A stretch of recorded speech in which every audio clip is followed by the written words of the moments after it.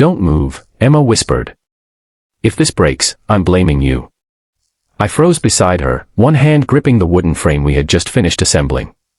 She looked at me, then at the bed, and suddenly smiled. Let's test it. What happened next was something neither of us expected, and it changed the way I saw the quiet woman who had lived next door for almost a year. Emma had always been the kind of neighbor people barely noticed. She kept her curtains half closed, worked from home, and rarely spoke to anyone except to exchange polite greetings. But 3 days earlier, I had found her sitting on the floor outside her apartment, surrounded by boxes and pieces of unfinished furniture. You need help? I asked. She hesitated before nodding. I bought a bed. Apparently, assembling furniture is my punishment for being single. I laughed. She did too, and somehow that small moment became the beginning of something neither of us could explain. Before we begin, if you enjoy emotional and inspiring stories like this, make sure to support the channel by liking this video, subscribing, and sharing your thoughts in the comments. Your support helps us bring more powerful stories of kindness, hope, and humanity. The next evening, I carried my toolbox into Emma's apartment. The room smelled like fresh paint and coffee. Pieces of wood covered the floor, and the instruction manual looked as though someone had written it specifically to cause confusion. This cannot possibly be step 4, I said. Emma leaned over my shoulder. It says step 4. It says attach this piece upside down. She smiled. Maybe the company knows something we don't. For nearly 2 hours, we worked side by side. Emma held pieces while I tightened screws. Sometimes our hands touched, and each time, one of us quickly looked away. Then I noticed something. A small photograph sat on her nightstand. It showed Emma standing beside a man in a hospital room. Your husband? I asked carefully. Her smile disappeared. My brother. I immediately regretted asking. He died last year, she said quietly. Cancer. The room seemed suddenly smaller. He helped me build everything.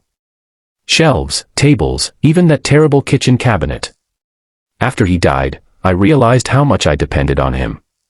She looked at the unfinished bed. This is the first thing I've built without him. I put down my screwdriver.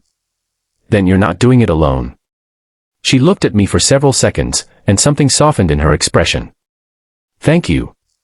We finished the bed shortly after midnight. I stood up and stretched. There. Strong enough to survive anything. Emma raised an eyebrow.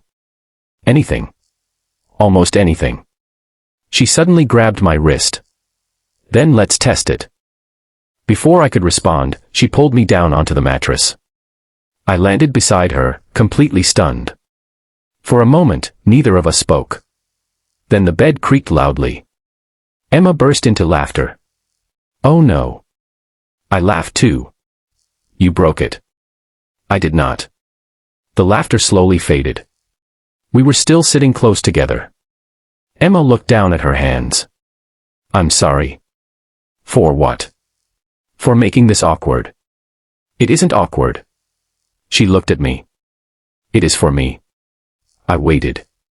I've been afraid to let anyone close since my brother died, she whispered. Everyone keeps telling me to move on. But nobody asks whether I'm ready. I nodded. You don't have to be ready. Her eyes filled with tears. You always say exactly what I need to hear. Maybe because you never ask for what you need. She smiled through her tears. That might be true. Then she told me something she had never told anyone in the building. After her brother died, she had stopped sleeping in her bedroom because the empty space reminded her of him. The new bed wasn't really about furniture. It was supposed to be a fresh start, she said. And maybe it still can be. She looked at me. Would you stay for coffee? Of course. We moved to the kitchen, where we talked until nearly 3 in the morning. She told stories about her brother, embarrassing childhood memories, and dreams she had abandoned because life became too difficult. Weeks passed. Our conversations became longer. Coffee became dinner. Dinner became walks. We never rushed anything. One rainy evening, Emma knocked on my door holding an envelope. I found this in my brother's old things. Inside was a handwritten note. She read it aloud, her voice trembling. If you ever feel alone, remember that accepting kindness isn't weakness. Let people stand beside you. Emma looked at me. I think he knew. Knew what? That one day I would need someone to remind me. I reached for her hand. I'm here. She squeezed my fingers. Months later, the bed was still standing perfectly. But the real test had never been whether it could hold two people. It had been whether Emma could finally trust herself to let someone share the weight she had carried alone. One Sunday morning, she invited me over for breakfast. Sunlight filled the room, and the curtains were completely open. I changed something, she said. What? I finally started sleeping here again. I smiled. Emma looked toward the bed. And you know what? What? It doesn't remind me of what I lost anymore. She stepped closer.